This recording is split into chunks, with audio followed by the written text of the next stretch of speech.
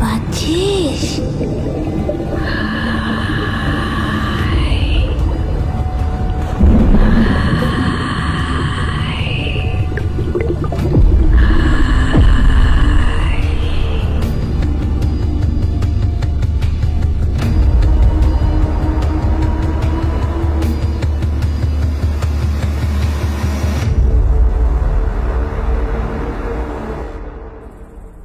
বাংলা ও বিশ্ব সাহিত্যের বিভিন্ন ভয়ের গল্প দিয়ে সাজানো আমাদের এই বিশেষ নিবেদন স্কেয়ার অ্যালার্ট।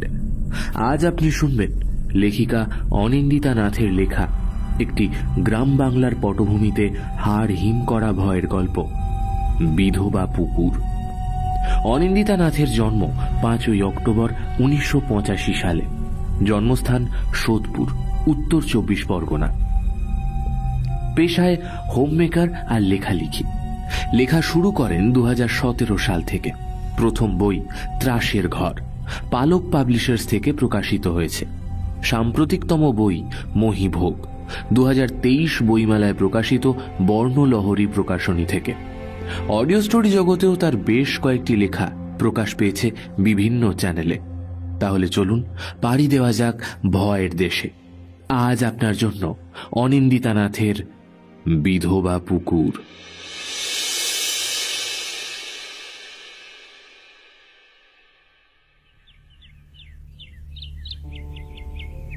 হলহলে প্যান্টটা কোনো মতে কোমরে পড়ে সে বেরিয়ে আসে ঘর থেকে।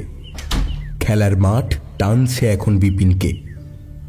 ধুলো কাদা মাখা বলে একবার যখন পা পড়ে তখন শরীরের সমস্ত শক্তি দিয়ে তাকে জালের মধ্যে ফিরিয়ে দিতে স্বর্গীয় আনন্দ অনুভূত হয়। রোজগার অভাব অনটনের সংসারে এই বিকালের সময়টুকু তার ভারী আনন্দে কাটে। মা, বেরোচ্ছি। দোকানে সময় করে যাস কিন্তু, বাবা অপেক্ষা। আরে রোজ রোজ এক কথা কেন বল? যাব বলেই ছেঁড়া হাওয়াই চটি পায়ে গলিয়ে বিপিন দৌড় দিল মাঠের দিকে। দুপুরটা এখন একটু দমে এসেছে। ঘোষেদের বাড়ির পাশ দিয়ে যেতে গিয়ে বিপিন দেখে তুলসী মঞ্চের পাশের পেয়ারা গাছে ডাঁসা ডাঁসা পেয়ারা ঝুলছে। ওদের সদর বন্ধ। সারাদিন পরিশ্রম করে সবাই বিশ্রাম নিচ্ছে। বুড়ি ঠাকুমা জপের মালা হাতে নিয়ে ঢুলছে দাওয়ায় বসে। চুপি সারে ডাল টেনে একটা পেয়ারা পাড়তেই দুটো কাক সমস্বরে ডেকে উঠল। সেই শব্দে বুড়ির ঘুম ভেঙে গেল, কিন্তু সে চোখে ভালো দেখতে পায় না, তাই বলে উঠল, এই এই কে রে অনামুক? ওই পেয়ারা গাছের কাছে কে? দাঁড়া তোরে দেখাচ্ছি মজা। দুটো পেয়ারা তাড়াতাড়ি প্যান্টের পকেটে ভরে দৌড় লাগায় বিপিন। দৌড়তে দৌড়তে শুনতে পেল ঘোষেদের বউটা বেরিয়ে এসে সাপ সাপান্ত করে চলেছে পেয়ারা চোরের উদ্দেশ্যে। ওই দেখো দেখো দেখো, কত ছড়া পোড়ার মুখ অমনি দুপুরবেলা পেয়ারা চুরি করতে এসেছে। একটু দূরে দাঁড়িয়ে ডাঁসা পেয়ারায় কামড় দিয়ে সবটা দেখে বিপিন। সবজেটে পেয়ারার ভিতর গোলাপি রঙের আভা, খুব মিষ্টি। মনে মনে ভাবে, একটু লবণ পেলে জমে যেত। খানিক বাদে সব ঠান্ডা হলে সে মাঠের দিকে এগোয়।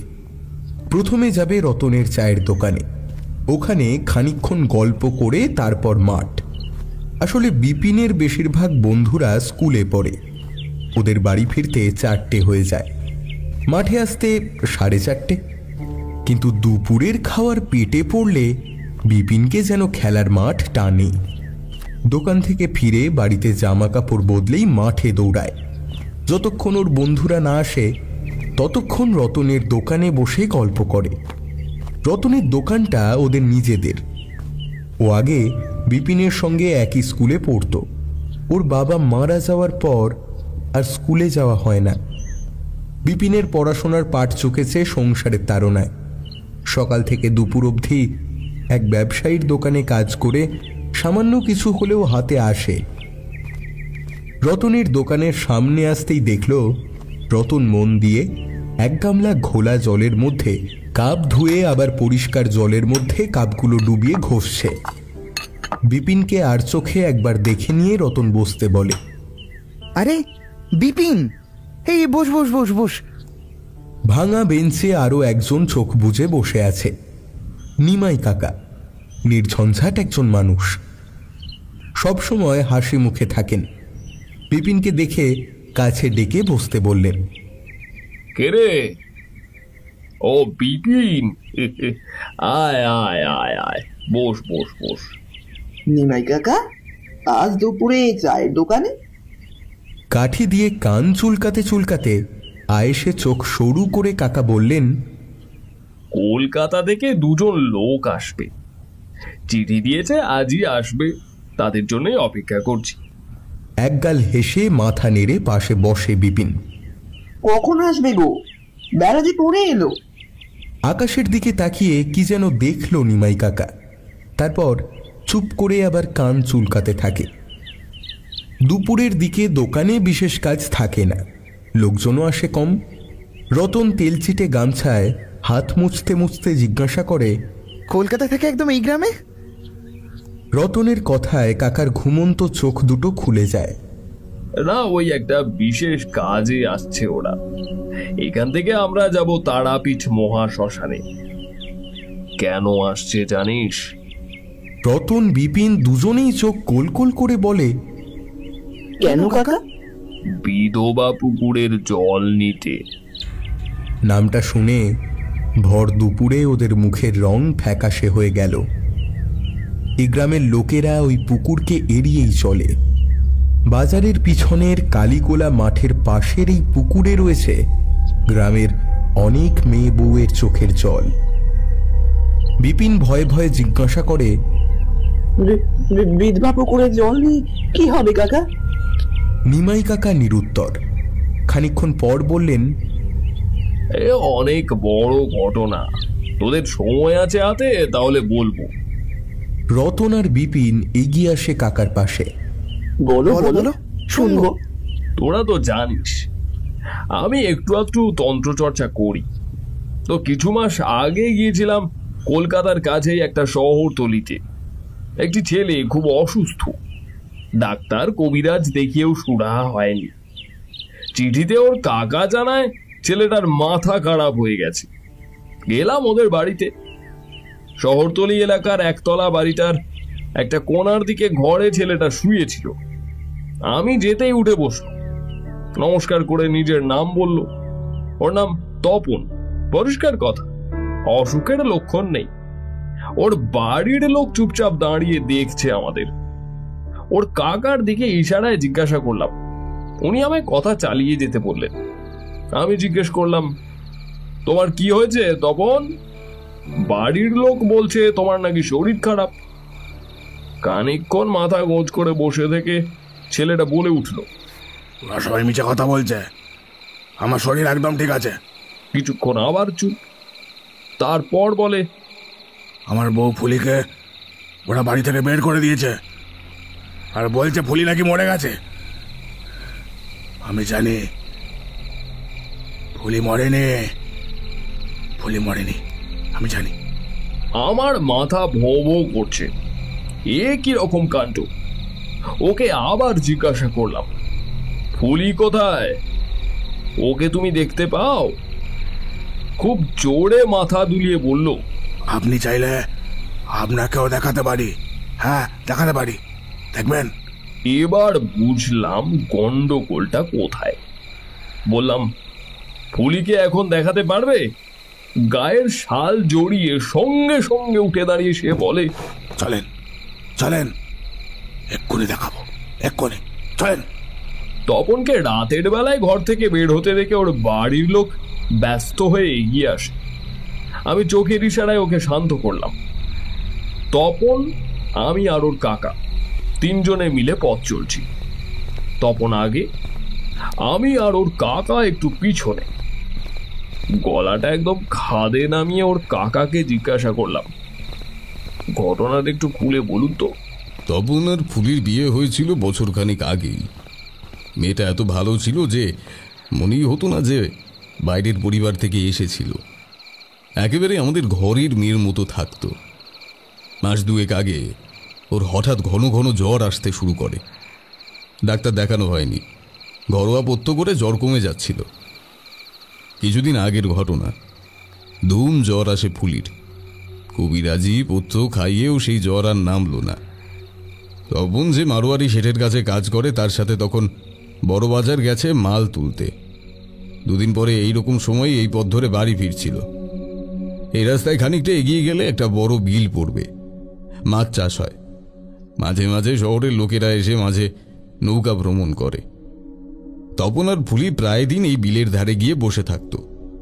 ওদের খুব পছন্দের জায়গা ছিল। ঘটনাটা যদিও তপনের কাছে শোনা, আমরা কেউ সচক্ষে দেখিনি তা। সেদিন রাত্রিবেলা তপন যখন ফেরে, তখন সে দেখে বিলের কাছে ফুলি জলে পা ডুবিয়ে বসে আছে। ওকে দেখে তপন একেবারে ভূত দেখার মতো চমকে ওঠে। জিজ্ঞাসা করে এত রাত্রেও এখানে বসে কি করছে। ফুলি কোনো কথা না বলে ওকে হাতের ইশারায় পাশে বসতে বলে। দুজনে মিলে ওখানে অনেকক্ষণ গল্প গুজব করে। রাত তখন 10:30 বাজে।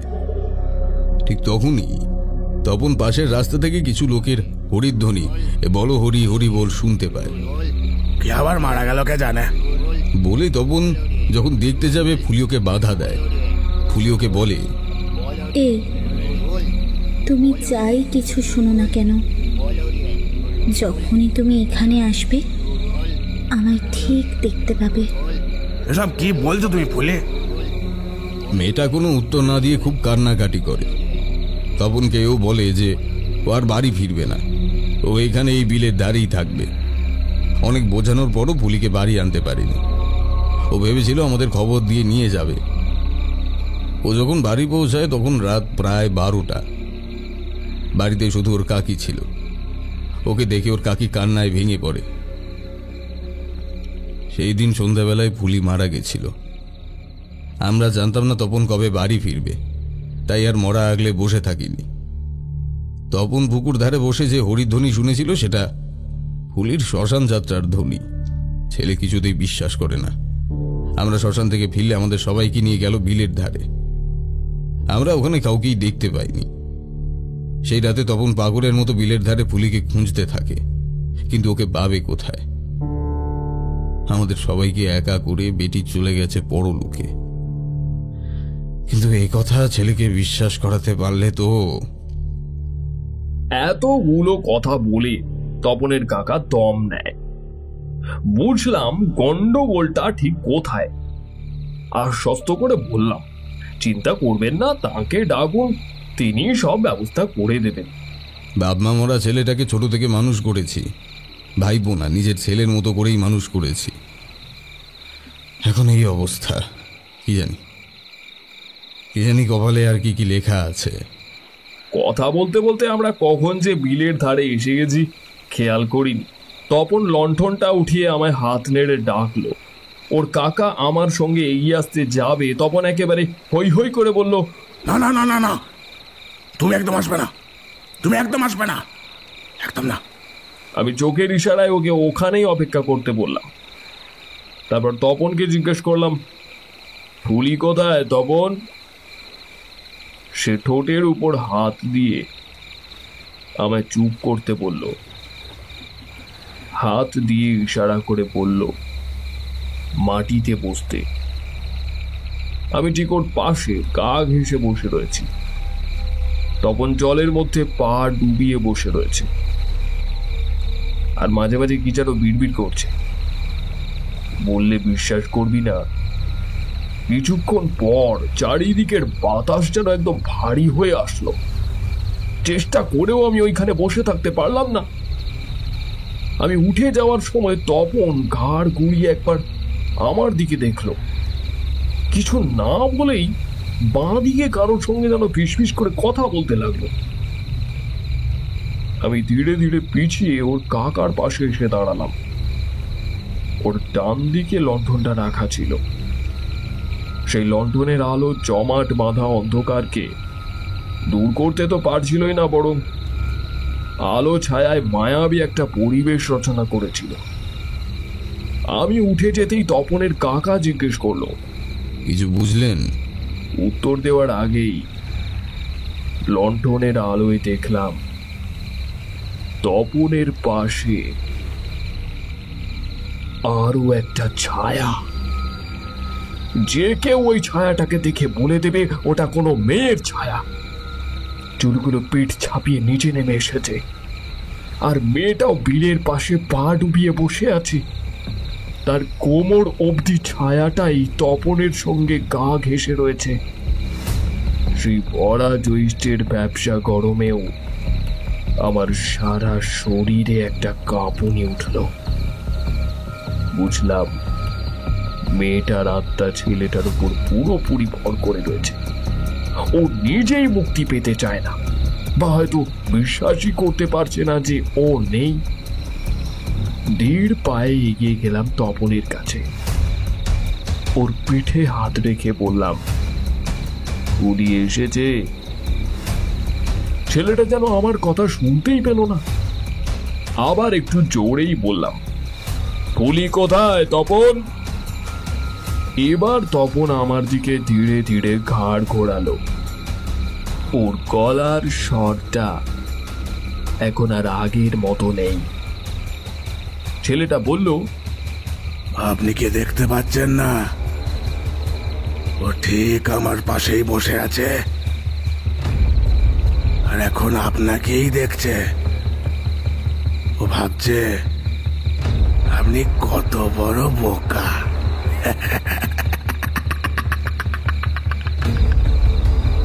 আমার চোয়াল শক্ত হয়ে আসলো। বললাম, তপন তোমার পাশে যে বসে আছে সে ফুলি নয়, ওর বিদেহী আত্মা। তুমি আসার আগেই ফুলিয়ে পৃথিবী ছেড়ে চলে গেছে। তপনের চোখ মুখ আরো কঠিন হয়ে আসলো। গলা দিয়ে একটা বিজাতীয় শব্দ বেরিয়ে আসলো। কে বলেছে আমি মরে গেছি? ওরা আমাকে বাড়ি থেকে বের করে দিয়েছে। এই তো আমি এখানে বসে আছি, দেখতে পাচ্ছিস না? আমি এখানে বসে আছি।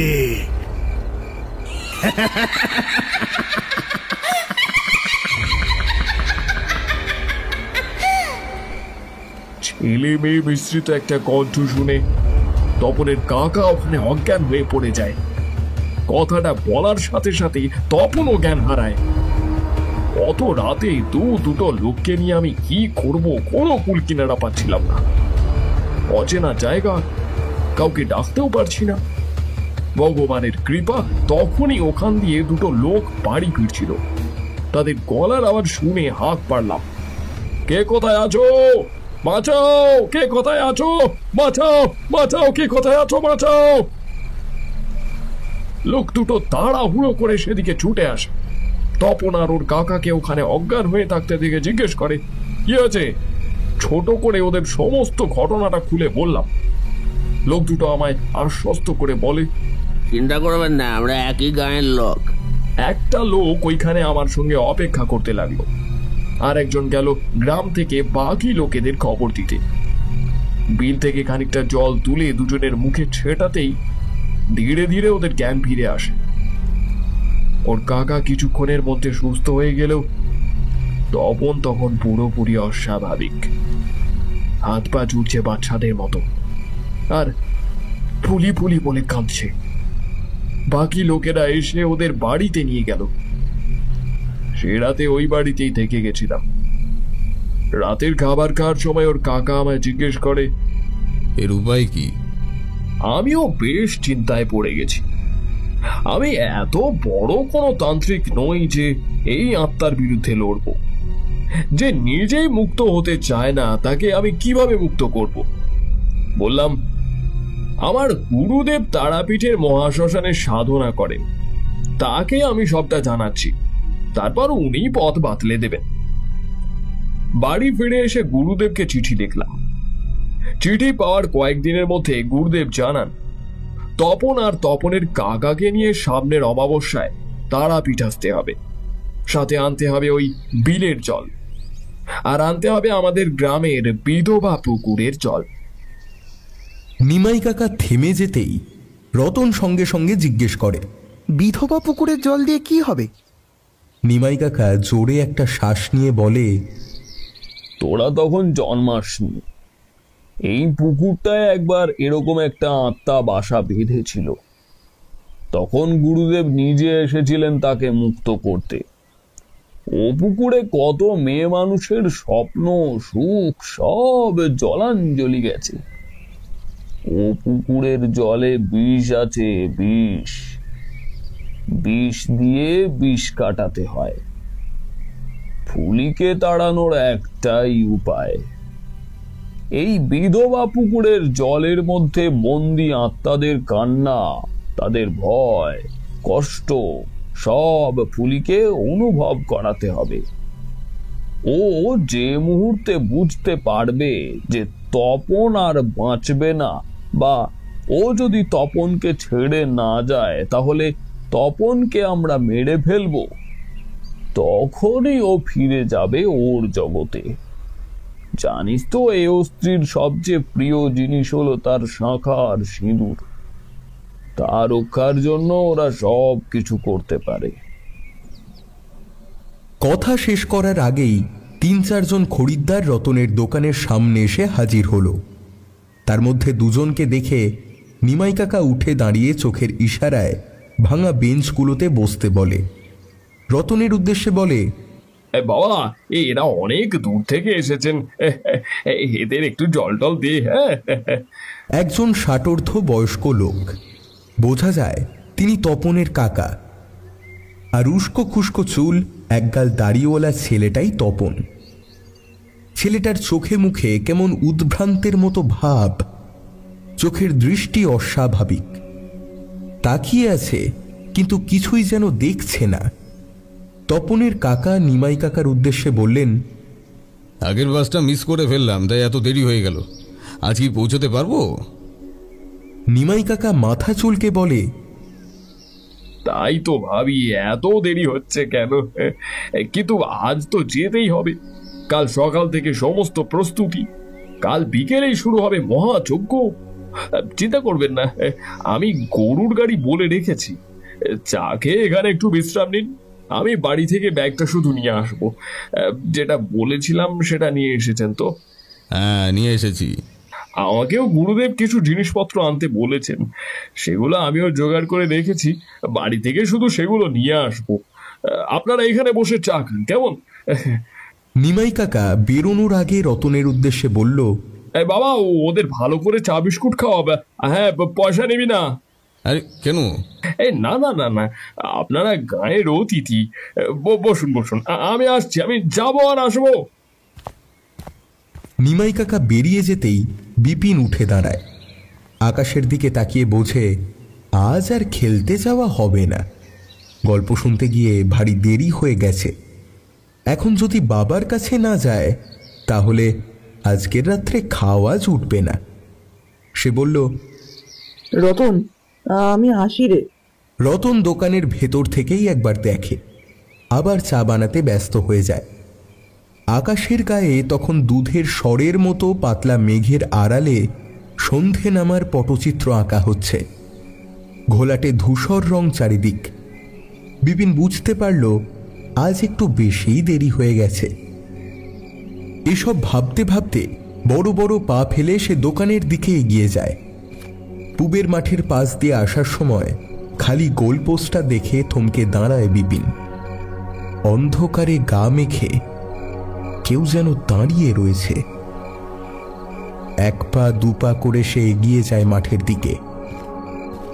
প্রায় কাছাকাছি এসে গেছে, হঠাৎ পিছন থেকে ডাক আসে, বিপিন, আরে বিপিন, এই অন্ধকারে মাঠের মধ্যে কি করছিস? পিছন ফিরে দেখল নিমাই কাকা একটা ব্যাগ নিয়ে বড় রাস্তার মুখে দাঁড়িয়ে। বিপিনের গা শিউরে উঠল কাকার ডাকে। ও, ওখানে কেউ দাঁড়িয়ে আছে। তাই? কোথায়? কেউ নেই ওখানে, বাড়ি যা শিগগির। পিছন ফিরল বিপিন। সত্যি কেউ নেই। আর একবার ঝাঁকুনি দিয়ে ওঠে সারা শরীর। তাহলে কি ভুল দেখলাম? মনে মনে ভাবে বিপিন। নিমাই কাকা আবার ডাক দেয়, বিপিন, বাড়ি ফিরে যা। গ্রামের ছেলে সে, অন্ধকারে অনেকবার পথ হেঁটেছে, তবুও আজ এত ভয় পাওয়ার কারণটা বুঝতে পারে না সে। নিমাই কাকা বারবার ওকে কেন বাড়ি যেতে বলছিল সেটা বুঝতে পারে না বিপিন। কিন্তু বাড়ি ফিরে গেলে চলবে না, রাতের খাবার নিয়ে ফিরতে হবে তাকে। মা অপেক্ষা করছে। বড় রাস্তা পার হয়ে কালীগোলা মাঠ, তারপর সেই মাঠের পরে একটা পায়ে চলা মেঠো রাস্তার শেষে বাজার। অনেকগুলো খড়ের চালার দোকান, আবার কিছু পাকা দোকানও আছে। সেই বাজারে গম ভাঙানোর দোকানে বিপিনকে যেতে হবে। ওর বাবা গম ভাঙানোর কাজ করে। সারা দিন আটা পেশার পর বেশ কিছু ভুসি সাদা বস্তার ভিতর বেঁচে থাকে। সন্ধ্যের দিকে মালিক থাকে না। ওই সময় বিপিনের হাত দিয়ে অল্প কিছু ভুসি পাঠিয়ে দেয়। বাড়িতে নিয়ে মাকে দিলে মা মোটা মোটা রুটি ভেজে দেয়। লঙ্কার আচার আর রুটি মহাভোজের মতো লাগে বিপিনের। সকালে এসে দোকানে কাজ করে, সেখানে দুপুরে খেতে দেয় পাতলা দুটো রুটি আর জলের মতো ডাল। রোজ একই খাবার, কোনো পরিবর্তন নেই। মাঝে মধ্যে কলা ঠেলে খাবারের মণ্ড উঠে আসতে চায়, তবুও ঠেলে নামিয়ে দেয় পেটের ভিতর। সকালে খাওয়ার পর বাড়িতে যেটুকু পান্তা বেঁচে থাকে তা দিয়ে মায়ের ঠিকমতো হয় না। সে না খেয়ে ফিরে গেলে মা তখন উপোস দেবে। তার পড়াশোনার পাঠ চুকেছে 7 ক্লাসের পর। তারপর থেকে সংসারের লাঙল বাপ বেটাতে মিলে টেনে চলেছে। বিপিনের মায়ের কি একটা অসুখ আছে, সারাদিন কাশি হয়, মাঝে মধ্যে রক্ত উঠে আসে। বিপিন দেখেছে মায়ের গা উনুনের কমলা কয়লার মতো গরম হয়ে ওঠে। জ্বরের ঘোরে মা ভুল বকে। ওর মা তখন ফিরে যায় নিজের ছেলেবেলায়, কত কথা বলে, তার অর্ধেক মানে বিপিন বোঝে না। জলপট্টি দিতে দিতে ঘুমিয়ে পড়ে ওর বাবা। মা তখনও পরীর গল্প, রাজপুত্রের গল্প বলে যায়। কোনো কোনো দিন বিপিনও ঘুমিয়ে পড়ে। যেদিন জেগে থাকে সেদিন শুনতে পায় মায়ের কথা। ভোর রাতে মা ঘুমিয়ে পড়ে, বাবা নিঃশব্দে উঠে আসে। যতটা পারে ঘরের কাজ গুছিয়ে পান্তা খেয়ে দোকানে যায়। সূর্যের নরম আলো চোখে পড়তেই বিপিনের ঘুম ভাঙে। মায়ের কপালে হাত দেয়, জল লেগে থাকে কপালে। ঠোঁটের ওপর ঠিক যেন পদ্ম পাতার ওপর জমাট বাঁধা শিশির বিন্দুদের মিলিত সরোবর। কপালের মাঝে বিরাট টিপটা যেন জলের উপর সূর্যের প্রতিবিম্ব। বিপিন দেখে আর ভাবে, মা হয়তো সত্যি কোনো রাজকুমারী ছিল, অভিশাপ পেয়ে পৃথিবীতে এসেছে। যেমন রূপকথার গল্পে হয় ঠিক সেরকম। বলি, ও বিপিন, কই চললি রে? পিছন থেকে ডাক ভেসে আসতেই কেঁপে উঠল সে। পথ চলতে চলতে কত কিছু ভাবছিল সে। পিছন ফিরে দেখল আতিকুর চাচা বাজার থেকে ফিরছে এই পথ দিয়ে। বিপিন একটু থেমে চারিদিকে তাকিয়ে দেখে হাঁটতে হাঁটতে অনেকটা রাস্তা এসে পড়েছে, খেয়ালই করেনি। কিরে, কোথায় চললি? চাচা, বাজারে যাই, বাবার দোকানে। আতিকুর এগিয়ে আসে ওর দিকে। বিপিনের চোখে পড়ল চাচার হাতে একটা কালো প্যাকেট। বিপিন জানে ওই প্যাকেটটার মধ্যে মুরগির ছাঁট আছে। বিপিনের জিভে জল আসে। মনে মনে ভাবে, আহ, গরম ভাত আর ঝাল মাংসের লাল ঝোল। জিভের জল গিলে নিয়ে বিপিন বলে, আসি চাচা, দোকান যেতে হবে, বাবা অপেক্ষা করছে। বিপিন তাড়াতাড়ি পা বাড়ায়।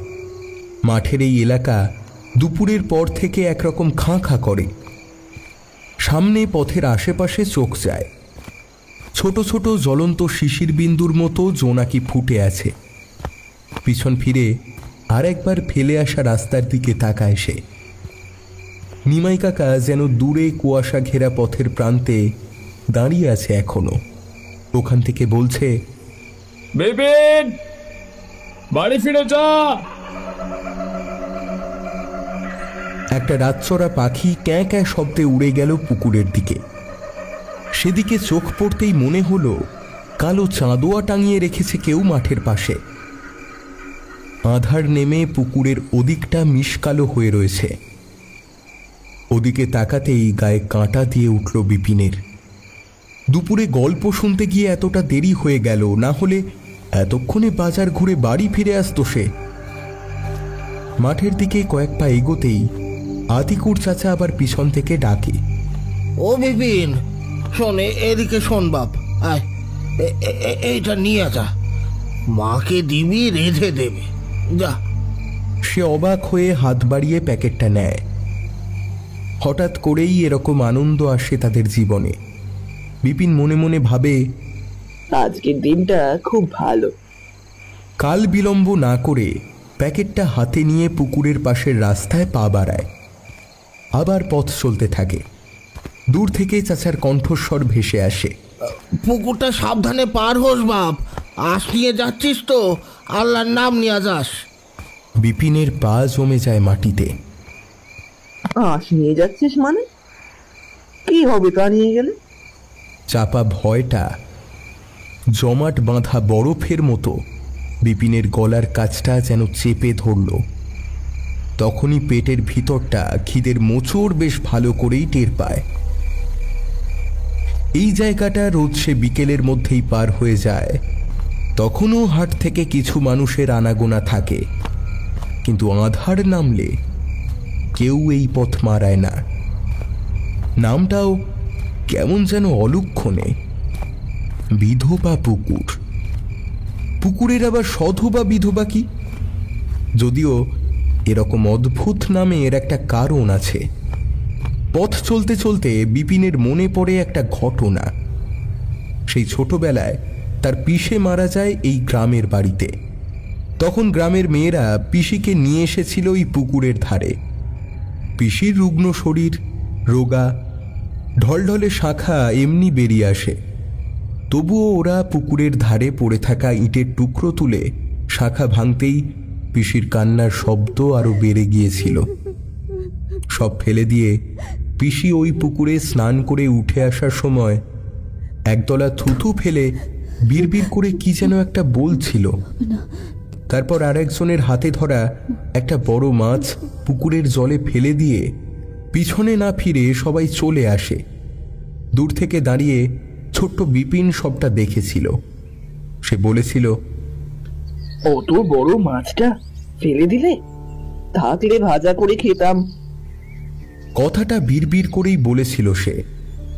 অমনি ৮২ শিক্ষার চর এসে পড়ে তার গালে। কে যে মেরেছিল সেই চর আজ আর তা মনে নেই, তবে মনে আছে সেই মানুষটার বলা কথাগুলো। পাজি ছেলে, ওই হাগরের খাওয়ায় কেউ নজর দেয়? জানিস না ওরা কত জম্মের ভুখা? কারা যে বছরের পর বছর খিদে চেপে ওই পুকুরে লুকিয়ে থাকে তা আজও বিপিনের অজানা। তাদের গ্রামের এই নিয়ম বহু যুগ ধরেই চলে আসছে। তাদের বিশ্বাস, গ্রামের মৃত বিধবাদের আত্মা ওই পুকুরে থাকে। দীর্ঘদিনের বৈধব্য জীবনের কড়া নিয়ম থেকে মৃত্যু একমাত্র তাদের মুক্তির পথ। একাদশী, অম্বুবাচী, তার সাথে 12 মাসের 13 নিয়ম মেনে ভালো মন্দ কোনো কালেই তাদের কপালে জুটত না। তাই তাদের অতৃপ্ত আত্মার শান্তির জন্য মাছ আর শ্রাদ্ধের দিন সব খাবার রেখে আসার নিয়ম পালন করে আসছে গ্রামের মানুষ। এসব কথা ভাবতে ভাবতে বিপিন কখন রাস্তা পেরিয়ে বাজারে এসে পড়েছে সে খেয়াল করেনি। চারিদিকে জ্বলতে থাকা আলো আর লোকজনের হট্টগোলের শব্দে তার সম্বিত ফিরে আসে। কিছু সময় সে একেবারে ভ্যাবাচ্যাকা খেয়ে যায়। যে পুকুর নিয়ে এত কথা, তার পাশ দিয়ে হাতে মাংসের প্যাকেট নিয়ে দিব্যি চলে এসেছে।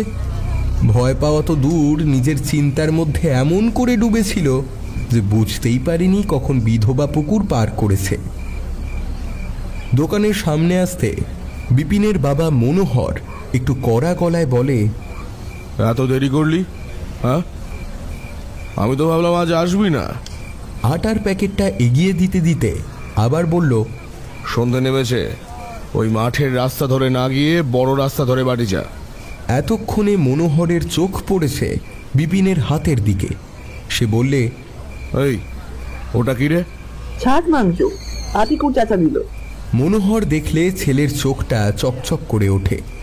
ট্যাগ থেকে কয়েকটা খুচরো পয়সা এগিয়ে দিয়ে বলে, একটু সর্ষের তেল আর পেঁয়াজ রসুন নিয়ে যাস। বিপিন পয়সা নিয়ে বাজারের দিকে পা বাড়ায়। মনোহর পিছন থেকে চিৎকার করে, এই বড় রাস্তা ধরে যাস কিন্তু। মাথা নেড়ে ভিড়ের মধ্যে হারিয়ে যায় বিপিন। বাজার থেকে বেরিয়ে বড় রাস্তার মোড়ে দাঁড়িয়ে ভাবছে বিপিন। মাঠের পথটুকু পেরোলেই বাড়ি। তারপর গরম তেলের ছাকছুক শব্দ, রসুন পেঁয়াজের গন্ধ আর লাল লাল ঝোল। উলুস করে জিভে আসা জলটা টেনে নেয় সে। 8 আনা পয়সা বেঁচেছিল, সে দুটো বিড়ি কিনেছে তা দিয়ে। বড় রাস্তা দিয়ে অনেক লোক গায়ে ফেরে। ওখানে কেউ যদি বিপিনকে বিড়ি টানতে দেখে তাহলেই বাপকে বলে দেবে, তার পিঠের চামড়া দিয়ে মনোহর জুতো বানাবে। মাঠের দিকে এখন কেউ যায় না। আর ওই পুকুর সে কিছুক্ষণ আগেই পার করে এসেছে। খেয়াল বা বেখেয়ালেই পার করুক, কই কিছুই ছিল না। মনের মধ্যে একটা অদ্ভুত জেদ চেপে ধরল বিপিনের। বাজার ফেরত রাস্তাটা পার হয়েই একটা বড় জঙ্গলি গাছ, তার পিছন দিয়ে মাঠের পথ। সন্ধে অনেক আগেই সরে গিয়ে রাতকে সঙ্গী করেছে। গাছটার সামনে দাঁড়িয়ে বিপিন বিড়ি ধরায়। দুটো টান দিতেই এক দমকে কাশি উঠে আসে। একটু এগোতেই বুঝল মুতে ধরেছে। মাঠের কোণের দিকে এগিয়ে যায় সে। নিস্তব্ধ রাতে ছড়ছড় শব্দ করে শুকনো পাতার উপর মুতল বিপিন। বিড়িটা শেষ হয়ে এসেছে। সেটাকে শেষ করে মাটিতে ফেলে পা দিয়ে পিষে দেয় বিপিন। চারিদিক বড় নিস্তব্ধ। ঝিঝি পোকার ডাকও শুনতে পাচ্ছে না সে। চারিদিকে কুয়াশা গায়ে গায়ে লেগে আছে মাঠের উপর শিথিল চাদরের মতো। আজ অনেক দেরি হয়ে গেল, মা নিশ্চয়ই ভীষণ চিন্তা করবে ভেবেই দ্রুত পা বাড়ায় বিপিন। হাতের মুঠোয় প্যাকেট দুটো শক্ত করে ধরে। আকাশের গা বেয়ে কি যেন মাঝে মধ্যে উড়ে যাচ্ছে। আকাশের দিকে একবার তাকায় সে। আজকালের মধ্যে মনে হয় পূর্ণিমা। মরা গাছের গায়ের মতো ফ্যাকাশে চাঁদের আলোয় রাস্তা পরিষ্কার দেখতে পাচ্ছে বিপিন। পায়ে পায়ে চলতে চলতে বিধবা পুকুরের সামনে এসে দাঁড়ায় সে। কাকচক্ষু কালো টলটলে জলে পুকুর ভরে আছে। ভয়ে এ পুকুর গায়ের মানুষ ব্যবহার করে না, তাই জলও নোংরা হয়নি। হালকা বাতাসে পুকুরের জলে খুব মৃদু আলোড়ন খেলে যাচ্ছে। আরও একটু এগিয়ে যায় বিপিন। পুকুরের পাড়ে গিয়ে জলের দিকে একদৃষ্টে তাকিয়ে দাঁড়ায় সে। এতক্ষণ খেয়াল করেনি বিপিন, এখন বুঝতে পারল একটা মিষ্টি গন্ধ তার নাকে আসছে। পুকুরের পাড়ে পোঁটলার মতো কিছু একটা পড়ে আছে। আরও এগিয়ে যায় সে। পোঁটলার মুখটা আধ খোলা। পুকুরের পাশে পাঁকুর গাছটায় কিসের যেন একটা শব্দ হয়। চমকে চোখ তুলে তাকায় সে। কিছুই চোখে পড়ে না। আবার সেই একই শব্দ। বিপিনের মন বলছে কিছু একটা অস্বাভাবিক জিনিস ঘটছে তার চারপাশে, কিন্তু তার চোখে পড়ছে না। পোঁটলার মধ্যে নজর দিতে দেখে ভাঙা শাঁখা, আতর আর সিঁদুরের কৌটো, সাথে একটা শাড়ি অন্ধকারে কালচে দেখাচ্ছে। বিপিন জানে এটার রং লাল। ও, এটার ভিতর থেকে সুন্দর গন্ধটা আসছে। পোঁটলার ভিতর হাতড়াতে থাকে সে, যদি কিছু পাওয়া যায়। না, আর কিছুই পায় না সে। না, এবার উঠতে হবে, অনেক দেরি হয়ে গেছে। উঠে দাঁড়াতে যাবে, হঠাৎ দেখে পিছনে তাদের গাঁয়ের কুসুম দিদি দাঁড়িয়ে। অন্ধকারে আঁতকে ওঠে বিপিন। কুসুম ঠান্ডা গলায় বলে, ভয় পাইলি বিপিন? বিপিন গা ঝাড়া দিয়ে ওঠে, বলে, না, ওই আর কি, হঠাৎ দেখে। তুমি এখন এদিকে? কুসুম উত্তর দেয় না। ওর নজর বিপিনের হাতের দিকে। ওইটা কি রে? বিপিন সবটা বলল। কুসুমের চোখ যেন সরছে না। তুমি একটু নেবে কুসুম দিদি? কিছু না বলে একবার ঘাটটা বাঁদিকে কাত করে হাত বাড়িয়ে দেয় কুসুম। আবার সেই সরসর শব্দ আসে। বিপিনের গায়ে কাঁটা দিয়ে ওঠে। কুসুম হাত বাড়িয়ে রয়েছে। আমার কাছে ঠোঙা নেই, কোথায় দেব? এইখানে দে বলে হাত আবার বাড়িয়ে দেয়। বিপিন প্যাকেটের ভিতর হাত ঢুকিয়ে নরম মাংসের থেকে কিছুটা তুলে কুসুমের হাতে দিয়ে দেয়। গা গুলিয়ে উঠছে ওর, বমি পাচ্ছে, হাতে আঁশটে রক্তের গন্ধ। কুসুম দিদি, এইটা একটু ধরো, আমি হাতটা ধুয়ে আসি। কুসুমের মুখে একটা আকর্ণ বিস্তৃত হাসি। পুকুরের জলে হাত দিতেই সারা গায়ে শিহরণ খেলে গেল, যেন শত শত জীব ওর হাতের তালুতে লেগে থাকা মাংসের শুকনো রক্ত চেটে নিচ্ছে। এক ঝটকায় হাত তুলে নেয় বিপিন। তাড়াতাড়ি পা চালিয়ে মাঠের উপর উঠে দেখে কুসুম কোথাও নেই। আটার প্যাকেটটা পড়ে আছে মাটিতে। এবারে পাকুর গাছটায় শব্দটা খুব জোরে হয়, যেন কেউ একবার গাছ বেয়ে উঠছে আর নামছে। মনটা খারাপ হয়ে যায় বিপিনের।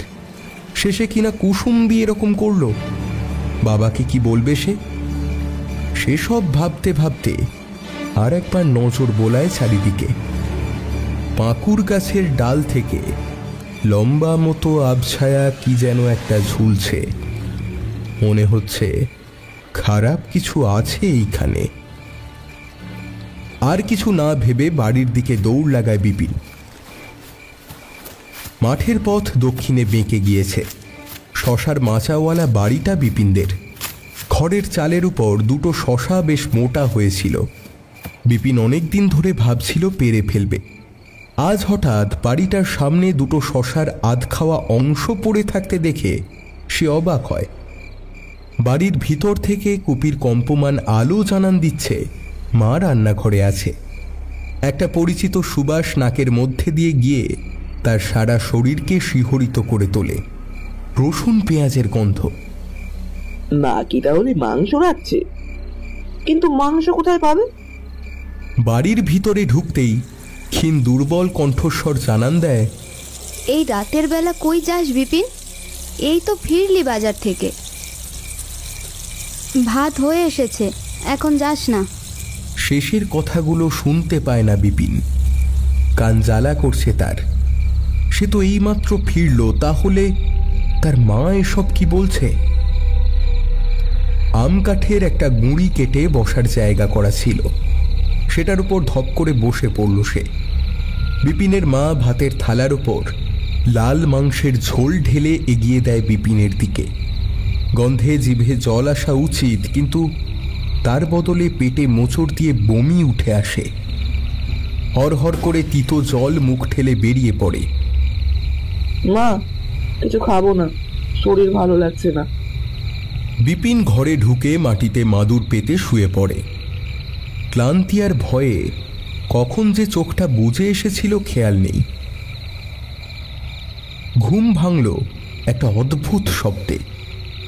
শব্দটা আসছে রান্নাঘরের দিক থেকে। হ্যারিকেনটা তেলের অভাবে কখন যেন নিভে গেছে।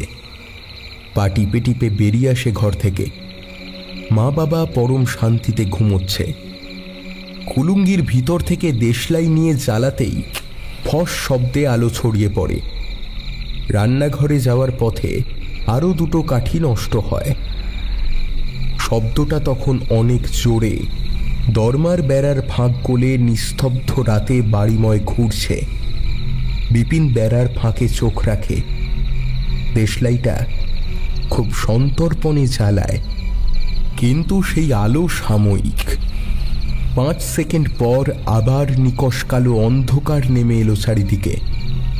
ওই কয়েক মুহূর্তে বিপিন যা দেখল তাতে তার শরীরের আর কোনো শক্তি অবশিষ্ট নেই। ওর বেড়ে রাখা ভাতের থালার ওপর হুমড়ি খেয়ে পড়েছে একটা নারী শরীর। সেই শরীরে সাদা থান আর ন্যাড়া মাথা দেখে বিপিন বুঝতে পারে এ কুসুমদি। কিন্তু ও এভাবে? বিধবা পুকুরের পাশে ওকে দেখতে পাওয়া, ওদের বাড়িতে লুকিয়ে খাবার চুরি করা, এমনকি মাংসের প্যাকেট নিয়ে পালিয়ে আসা, সব মাথার মধ্যে জট পাকিয়ে যায়। হঠাৎ করেই মনে পড়ে কুসুম দিদি তো মাস কয়েক আগে ওই ওই পুকুরে ডুবে মারা গেছে।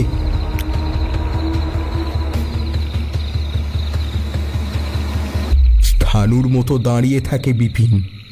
দরমার বেড়ার সামান্য ফাঁক কোলে একটা কালো ছায়া বেরিয়ে গেল বিপিনের পাশ দিয়ে। তাকে খেয়ালই করল না।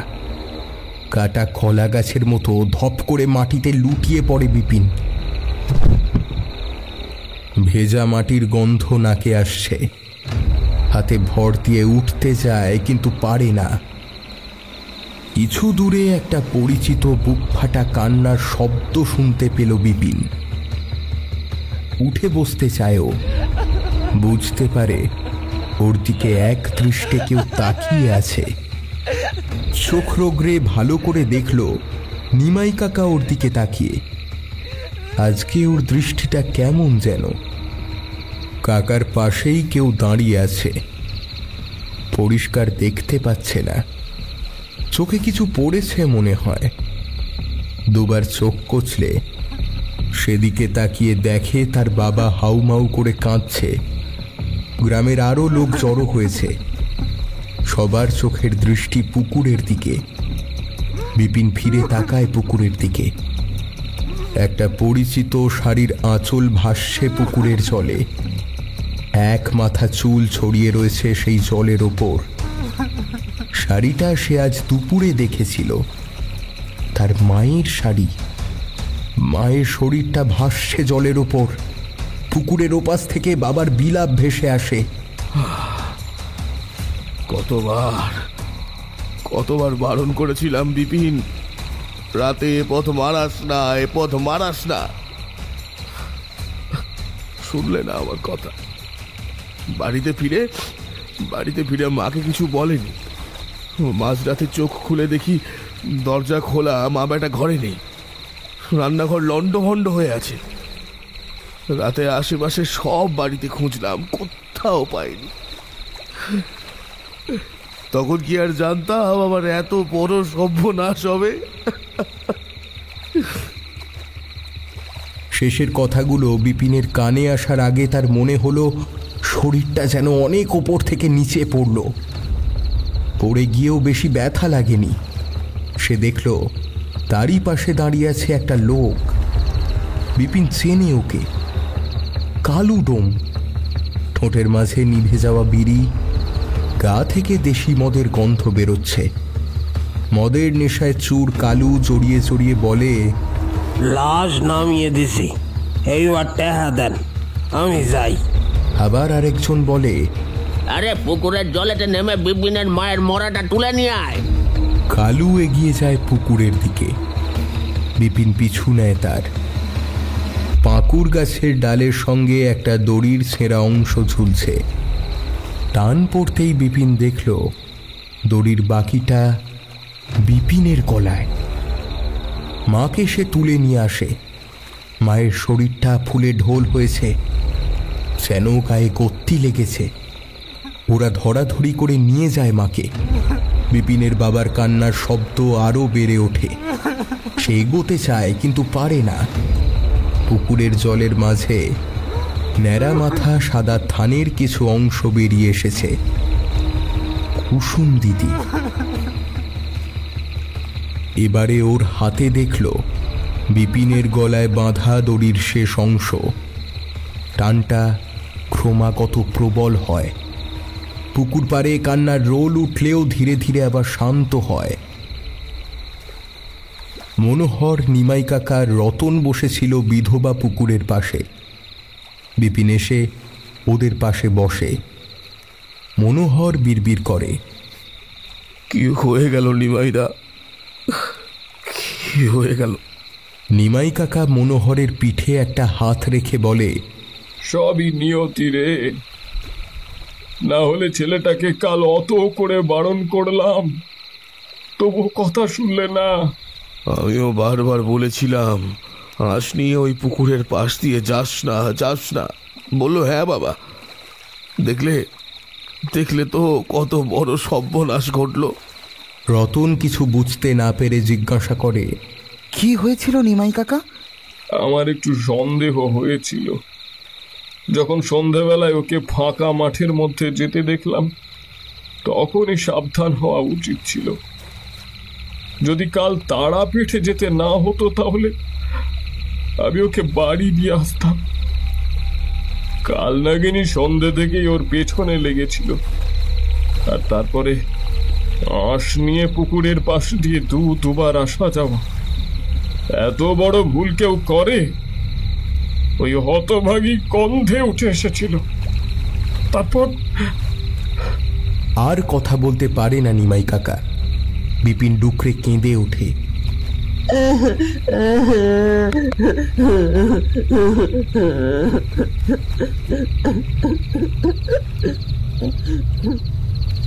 বিধবা পুকুরের মাঝে ঘূর্ণি ওঠে, সবাই ভয়ে সিঁটিয়ে যায়। পাকুর গাছের নিচে পড়ে থাকা বিপিনের লাশের উপর মাছি ঘুরছে। ওর মায়ের ফুলে ঢোল হয়ে ওঠা শরীরটা পাশে শুয়ে আছে। বিপিনের মনে হয় সে একটু একটু করে তলিয়ে যাচ্ছে বিধবা পুকুরের অতল জলে। ডুবতে থাকা বিপিন শুনতে পায় নিমাই কাকা ভিড় করে বলছে, কতবার তোকে বাড়ি ফিরে যেতে বলেছিলাম, কিন্তু তুই শুনলি না বিপিন। শুনলে বিপদ হতো না রে, বিপদ হতো না। কাকার চোখে জল। ডুবতে থাকা বিপিন সবটা দেখে, ধীরে ধীরে অনুভব করে কুসুম দিদির মতো অনেক আছে জলের নিচে। একই রকম তাদের চেহারা, সবার শীর্ণ ফ্যাকাশে হাতগুলো বিধবা পুকুরের তলা থেকে উঠে আসছে, তাকে ধীরে ধীরে টেনে নিয়ে যাচ্ছে জলের অতলে।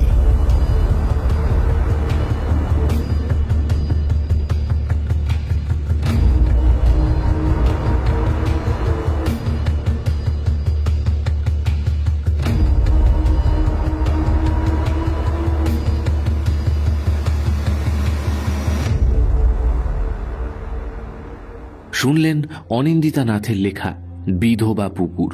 গল্পটির সূত্রধার আমি সায়ন্তন। বিভিন্ন চরিত্রে আমরা পাশে পেয়েছি কথক আকাশ, বিপিনের চরিত্রে স্বস্তিক, বিপিনের মা, বাবা ও বন্ধু রতনের চরিত্রে হরোস্কোপ অফিসিয়াল থেকে যথাক্রমে সৌমিলি, ইভান ও রক্তিম, বুড়ি ঠাকুমার চরিত্রে রেল অফ টেলস থেকে দেবস্মিতা, ঘোষেদের বউয়ের চরিত্রে রাজেশ্বরী, নিমাই কাকার চরিত্রে অতীন, তপনের চরিত্রে দ্য ওয়ান্ডার ইন বুকসেলফ থেকে শুভ, ফুলির চরিত্রে ফ্রিকি ফ্রাইডে স্টোরিজ থেকে তৃষা, তপনের কাকা ও কুসুমের চরিত্রে স্টোরি বাডিজ থেকে ব্রতদীপ ও বর্ণিশা, আতিকুর চাচার ভূমিকায় দ্য বং স্টোরি সার্কেল থেকে শুভদীপ, জনৈক লোকের চরিত্রে স্ক্যারি টেলস থেকে শ্রীরূপ ও কালু ডোমের চরিত্রে হরেক রকম গল্প থেকে চিনজিৎ। গল্পটির শব্দ সংযোজন ঋদ্ধি, আবহ পরিকল্পনায় ফিনিক্স অডিওভার্স, স্ক্রিপ্টিংয়ে দেবস্মিতা, পোস্টার ডিজাইন ও সমগ্র পরিচালনায় সৌম্যদীপ গুঁই। অসংখ্য ধন্যবাদ আপনাদের সবাইকে এই প্রয়াসে আমাদের সাথে থাকার জন্য। সকলে সুস্থ থাকবেন, ভালো থাকবেন। দেখা হচ্ছে পরের এপিসোডে। শুভরাত্রি।